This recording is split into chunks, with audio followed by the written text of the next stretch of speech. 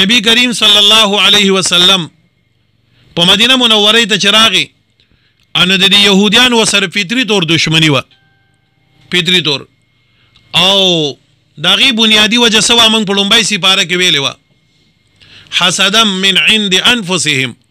دای په دې تمو چې نبی علیہ الصلوۃ والسلام اخر الزمان پیغمبر برازي پچا کې برازي نو دای په کلک په دې تمه باندې چې هغه په دغه کې راځي بنو اسماعیل کې او نبی علیہ الصلوۃ والسلام الله مبعوث کو بنو اسحاق کې نو د دې هغه تربورولی او دشمنی پیدا شو نو د هغه تربورای او دشمنای په خاطر باندې د نبی علیہ الصلوۃ والسلام سره دشمنی کوله نو یو ځلی وته یو په غوخه کې زهر واچول الله تعالی غي ته دا غینه چې کوم دینو حفاظت وکړو نو بیا دویمه موقع دا سراله چې په دغه موقع باندې چې کوم دی نو نبی علیہ الصلوۃ والسلام خیبر ته راغوښتي د پاره دی یو مذاکراتو نو د دیوال له پاسه وته میچنې پرې خو او یو کس یو ته پوکړو چې دا به ترا گزار کی الله تعالی دا غینم بچو نو بیا په جادو کو نو الله تعالی دا غینم بچو نو بیا امام بخاری وی په دغه زمانه کې لوی جادوګرو کان اسحر الناس چې دا د خپل زمانی ډیر لوی جادوګرو ډیر ناکاره سړیو د نوم د لبید بن عاصم د بنی زریق قبیله سره د تعلق نو د لدی رالل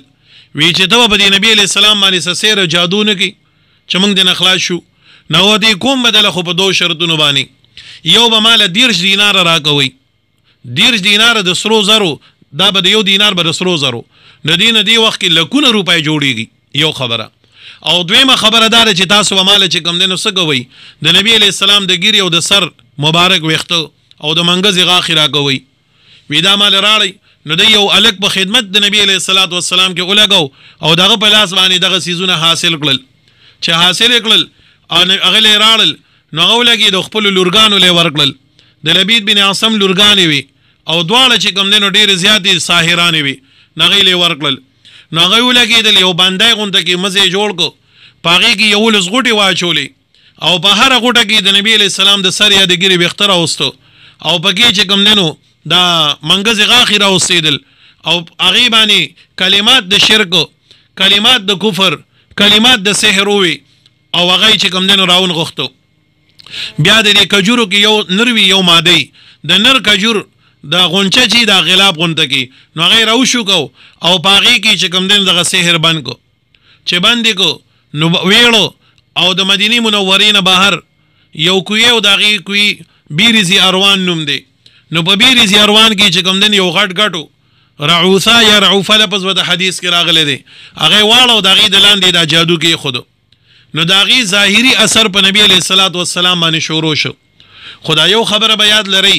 چې د دغه جادو اثر د نبی علیہ الصلوۃ والسلام په دین باندې نو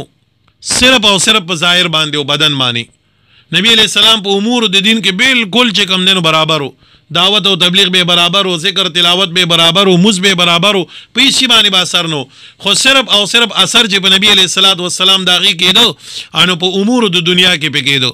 حضرت عائشہ رضی الله تعالی عنها فرمای یو شی به کړه نو وی دا ما کړه دی او یو شی به کړه وی ما نه دی کړه بس هیر به پیراتلا دا یو لوی خبره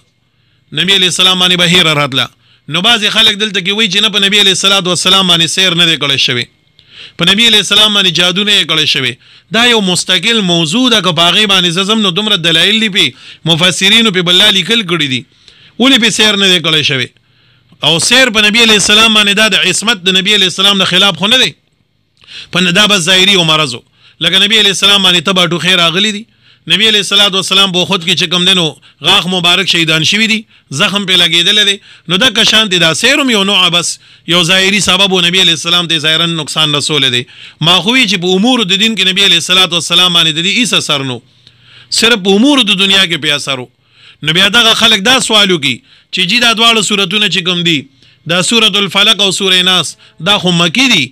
او دغه سورۃ دغه واقع چې کوم دا خو مدنی ده په مدینه کې راغلی ده نو داغي جواب مونږ دا کو او دا دواړه سورتونه په مکه کې الله نازل کړو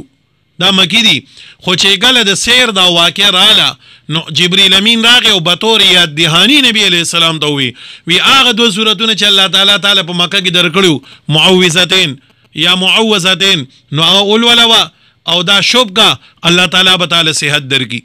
او تفسیر روح المانی لیکلی دي چې دا سه د مومن یو مجسمه جوړه کړې و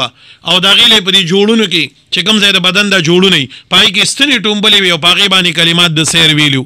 نو چې کله او هغه پاغه غونچه کې خو نو نبی علیہ الصلوۃ والسلام پریشان صحابه کرام هم پریشان امهات المؤمنین هم پریشان وي د نبی علیہ الصلوۃ والسلام په دې تکلیف باندې نو فرمای نبی علیہ السلام یو شپه ودو او مونږ وایو د نبی علیہ الصلوۃ والسلام خوب دا مستقل وحیده نو چې را پاسې دو حضرت عائشہ رضی الله تعالی عنها ته فرمای عائشہ افتانی الله تعالی فتوا راکړه ما ته په باب د مرض زما کې وی څنګه جی وی بیګا دو ملائکه ما ته په خوب کې رالی یو جبرئیل او یو میکائیل علیهم الصلاۃ والسلام نو دا میکائیل د جبرئیل نه تپوس کوي چې څه شوی دی په دای باندې نه یو دی مطبوبن وی چا په کړه دی وی دا لبید بن عاصم او د غلورګانو په کړه دی وی په سکی کړه دی وی په منګز غاخی دی او وخت مبارک دی او مزره وی دا کم ځای ګری وی په زی اروان کې نو نبی علیہ الصلوۃ والسلام د حضرت علی رضی الله تعالی عنہ په قیادت کې د دریو صحابه کرام وفد لګو او سو کوئی نبی علیہ السلام سر بخپل باندې لاړو چلته کې دی ورسیدل او هغه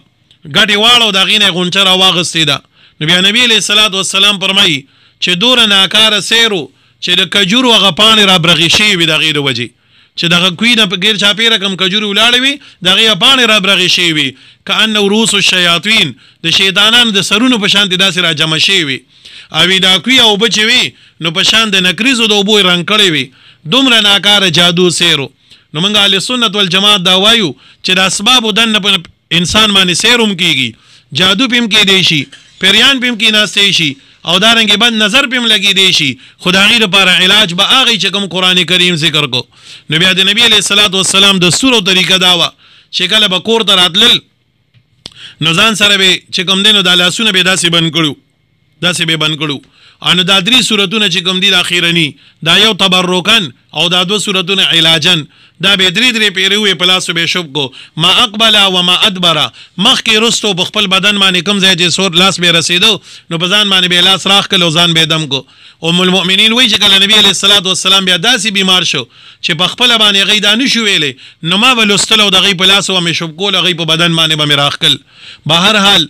حضرت علی صاحب دی هغه مندای راړه نبی علیہ السلام له ورکړه یا غد روح المانی تحقیق مطابق هغه مومو هغه شګل راړو نبی علیہ السلام ته والګو نو نبی علیہ الصلوۃ والسلام ته جبرئیل لاغه د دې دوه سورتونو یا دهانی ورکړه نو نبی علیہ الصلوۃ والسلام به یو آیت وی قل اعوذ برب الفلق نو یو غټه کولاو کړه دا غینې چې کوم دی نغه منګز غاخه او وختې دی لرګو من شر ما خلق من شر غاسق یو بیبیا به کولاو نبی علیہ الصلوۃ والسلام فرمایي چې کلمه دا یو لسوار غټه کولاو کړي او دا باندې می کولاو کړه نو زما دا بدن داسې شو فکأنما نشط من عقال لکه دا بدن لکه دا اوخ چې به عربو کینو دا مخکینه خپینه بوله پړې رسیتاو کو نو به تړله نه به بیا پاسې دی نشو چې سو پورې به مالک نه غوښتو نو چې ګله بیا غله دا کوپې کولاو کو نه بودري دو ځان به وساندو نو نبی علیہ السلام وی زما دا بدن داسې اوس پر دی شو لکه چې د عقال نه کولاو شي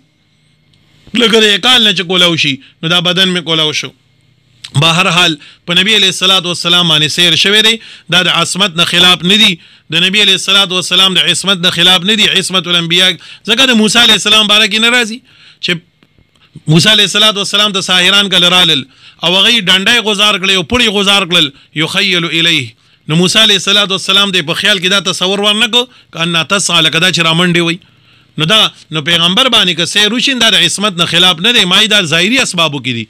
نو بهر حال نبی علیہ الصلوۃ والسلام باندې جادو شوی دی بل زینو کې د دې حوالجات چې کوم دین موجود دي خو یو تفصیلی باسته وګدو بهر حال په دې دوه صورتونو کې الله جل جلاله هغه واقع طرف ته اشاره کوي په دې لومبني صورت کې الله تعالی بیان کوي د تعوذ بدني او دی بل کې بیان کوي د تعوذ روحاني د روح ته پناه د شر نه چې پناه غواړي نو کا د روح دا او کا د بدن دن په چا باندې بغواړي په الله باندې ځکه الله صمد دی او دا صورت چې کوم دی نو دا مکی صورت دی ربط خو مې ته بیان کو او په ترتیب